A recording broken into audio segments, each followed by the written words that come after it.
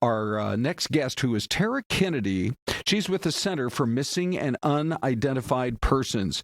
Tara, thanks for joining us today. No problem. Thanks for having me on, Ron. Okay. Tell us briefly what your organization does before we get into the specifics of this case. Sure. The Doe Network, which is our official title, I think you were reading our sort of subtitle in terms of the name of the organization. So the Doe Network's main mission is to give back the names to the nameless and to bring the missing home to reunite with their families. Okay. So as you have watched this case unfold, where are you, by the way? Can I ask? I am in Connecticut. Okay. But this has been a story that the whole country's been talking about, and of course, probably more than anywhere else, us here in Arizona.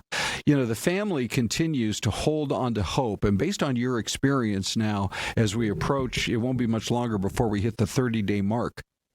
Should they continue to be holding on to hope? Is that a realistic outcome at this point? You know, Ron, I think as long as there are still leads coming in, there's still an active investigation.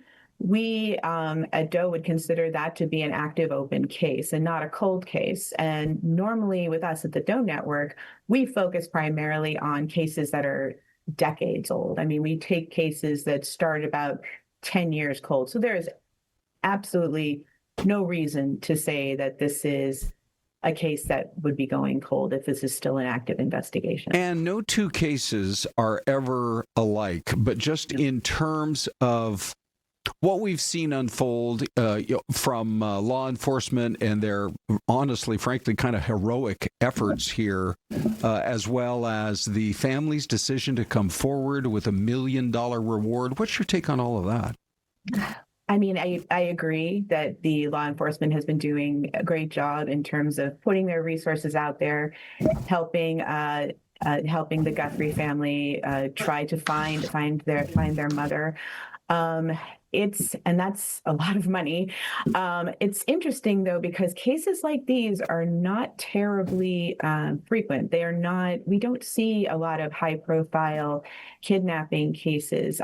Most missing person cases are usually missing juveniles or folks that what the NCIC, or the National Center for the National Crime Information Center, would call disability, and that's usually for folks who have a medical issue of some sort and they go missing. So we see far more of those kinds of cases than we see with what this would be called an involuntary disappearance. You know, Tara, have you seen that in cases where you have $1 million reward, that is something that actually helps bring more tips in? I feel like I was expecting to a certain extent, I guess, to hear more about more information to come forward after that big amount was increased.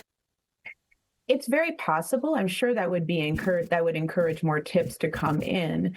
But as long as this is an active investigation, the law enforcement isn't going to necessarily share every tip they get, right? They want to hold some of that back so that they can at least keep some of these parts, because if you unveil too much, right, then that might impede investigators' efforts. So, you know, there was something I think I was watching, and it was Elizabeth Smart's father. I think he's done a lot of interviews. He's been doing some interviews on and I think, and I think the point was that he was sharing was don't lose hope.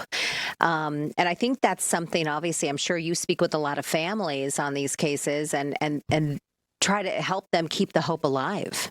Yes. I mean, and I think that having faith and hope that these missing person cases will get solved. I mean, there was just one, I think it was out of Missouri. It was 2 decades cold, and they found her, and she was alive. So, I mean, it happens every day. So I would not give up. I would not give up hope on finding Mrs. Guthrie. Yeah, it does happen. So I feel like that it's like as long as this is an active investigation, I'd say there's no reason to lose hope. Well, that's excellent. In fact, that was actually going to be my question. There's got to be a few cases out there, and that's a great one to end on. Yeah. We really appreciate your time. How can folks find out more about you? So we're the Doe Network, and that's www.doenetwork, all one word, .org. We are an all online, all volunteer organization. So we welcome potential matches between missing persons and unidentified remains.